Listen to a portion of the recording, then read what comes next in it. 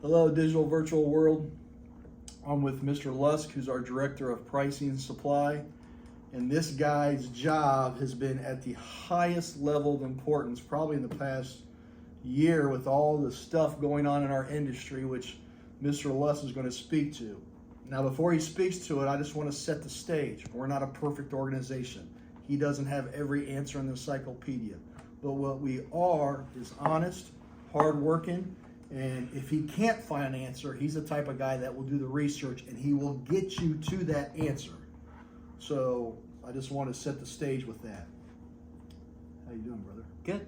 So with all that being said, we're going to just go through a couple things. First thing is I'm going to ask Mr. Lusk, if he doesn't mind. So Jared, all the people out in the internet land, our fellow American citizens, have natural fear. Are we going to run out of diesel? Is the grocery store not going to get the shipment? All these things that, in my opinion, the media is promoting and pushing, which they should not. So with that being said, can you speak on just kind of the refining capacity? Now remember, we use terms that are normal to us because we live in the water. But remember, when you're talking to the internet, they're probably going to hear refining capacity. I don't even know what that word means. Sure. You're just kind of macro it. Go ahead. Yeah. Thank you for that introduction. And the media certainly likes fear, pushing fear. Makes sense as their business model. And there is a tight supply of diesel right now. And what Ryan was mentioning about refining capacity, I wrote down these 4 points, which I'll show the camera. Why I wrote down why. Why is there maybe a shortage of diesel? And number one would be a lack of refining capacity, which means, well, simply there's not enough refineries to keep up with demand. There's 130 refineries in the United States. And as you know, and as everybody's well aware, the government hasn't been very good at incentivizing new refineries to be built. Correct. They'll incentivize anything under the sun instead of a refinery being built. I mean, Ryan, I wasn't alive during the 70s or the 80s, but the last big refinery built in the United States was in 1977. That's insanity. So 45 years ago. So I'm happy to go through these points if you like on the diesel, or follow your lead. No, let's do that. First thing on the diesel is let's go through some of your points on what they are. Sure.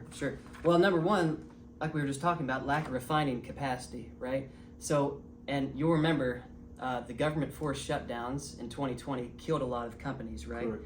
Refineries were one of those companies. I mean, there's refining capacity. When people say refining capacity, is like how many refineries there are in the United States, how much they're able to refine. Because every little bit of black, ugly, crude, yucky oil has got to be refined. It's got to be boiled down into gasoline, diesel, propane. All these different gases come off of the refining process. And where he's right, and he can speak to it, is that I want you to understand the oil companies are running at probably they're at max capacity. They cannot refine anymore. So for the citizens of this country, understand the oil boys are working 24/7, and that needle is wide open. Yeah, that's correct, and that'll be shown in a chart just in a second. So remember, government shut down everything, and including refineries. Some refineries went out of business because the demand died so quickly. But then what did the government do? They said, hey, let's divvy out free money to everybody. Yeah.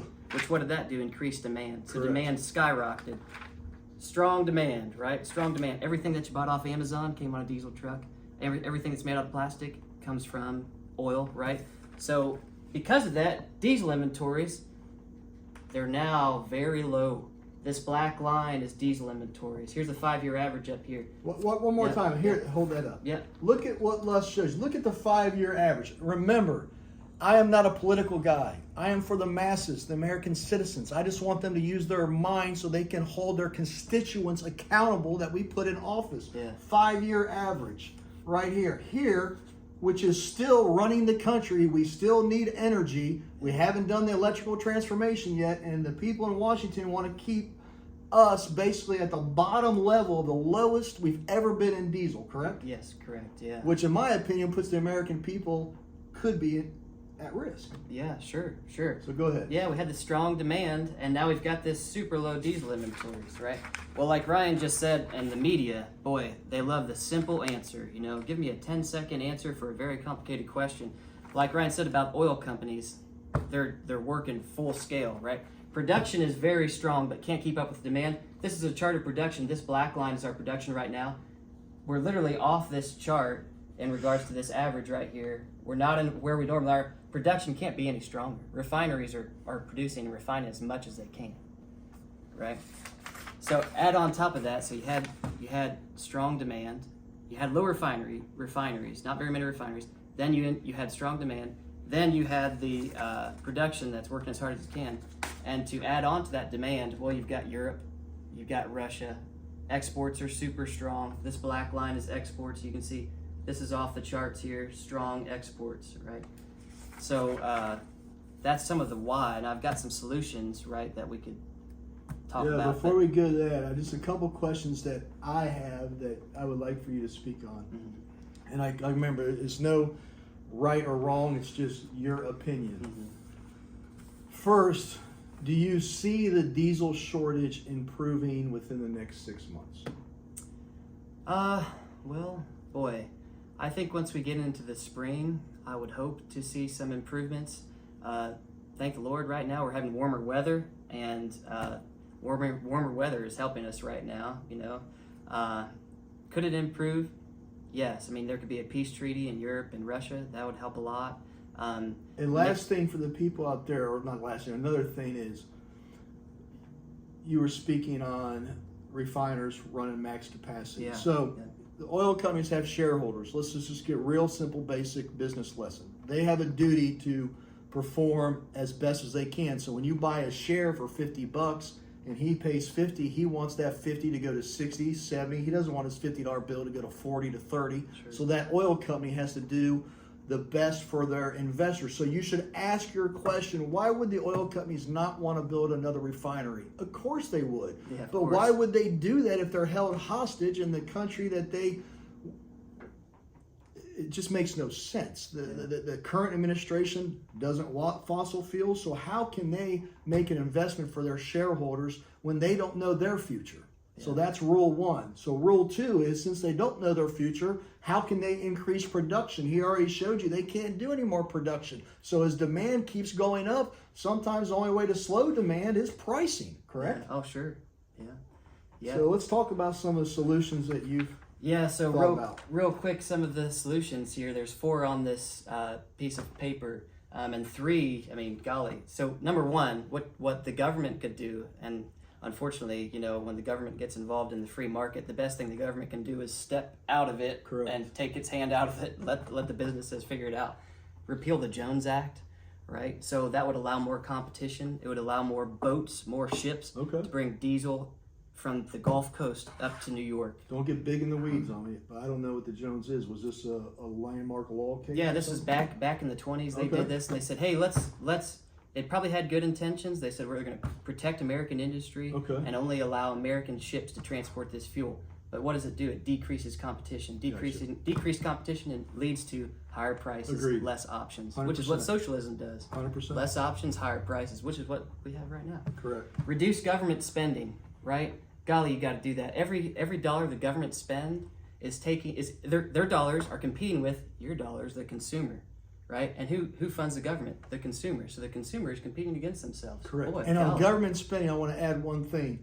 And Jared knows this. He's a smart kid. If Dunkin' Oil is not making money, we go out of business. Mm-hmm. I want you guys to understand, a business does not stay in business because I can't go into this closet, open a door, and print money.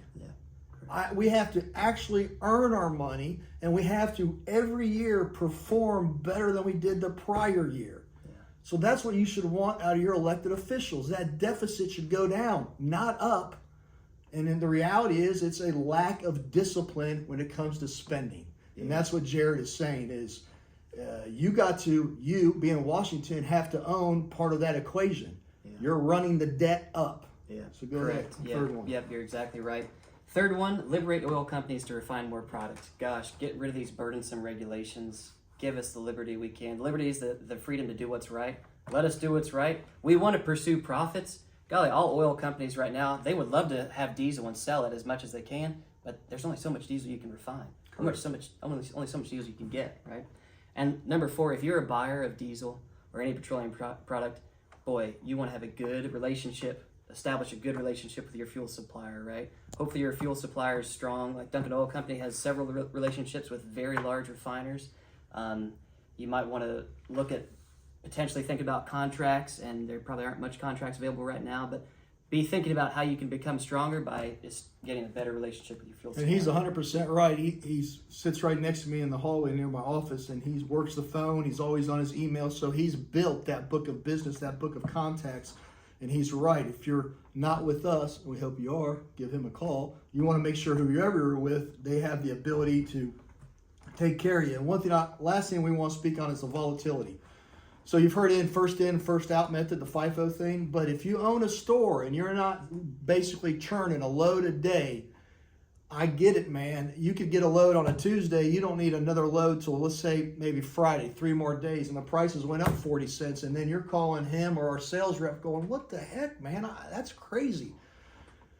We can't control that, man. I want you to understand we're doing the best we can from our dispatch to our transport, but it's very difficult to do in our business just-in-time trucking. We usually require a 24-hour notice because we're now in an era where we go to Iraq, no product. He's up at 2 a.m. He's talking to dispatch at 5 a.m. Why does he do that? Does he want to do that? No, he likes to sleep. He's doing that because the current situation of our industry is changed to that extent, correct? Yeah, correct. Yeah. So I just wanted you guys to have that awareness that we are not trying to deliver you on the high end of the cost. We're trying to do the best we can, but right now, you're better to be wet than dry. So at the end of the day, quit obsessing about that number and obsess about having the product to sell it. Because in my opinion, if you don't have the product, why do you care what you paid for it? You don't have it, you ain't selling any anyway. Yeah. So I just wanted to get that out there. I also want to thank this young man for doing what he does. He does a great job for us, and we're in a good position because of it. You guys have a great day. We just want to give you a little bit of understanding of the diesel situation from Dunkin' Oil and our pricing director. And remember, if you have any questions, call 1-888 Dunkin' Oil. As for Jared, he'll be happy to have a conversation with you. Have a great day.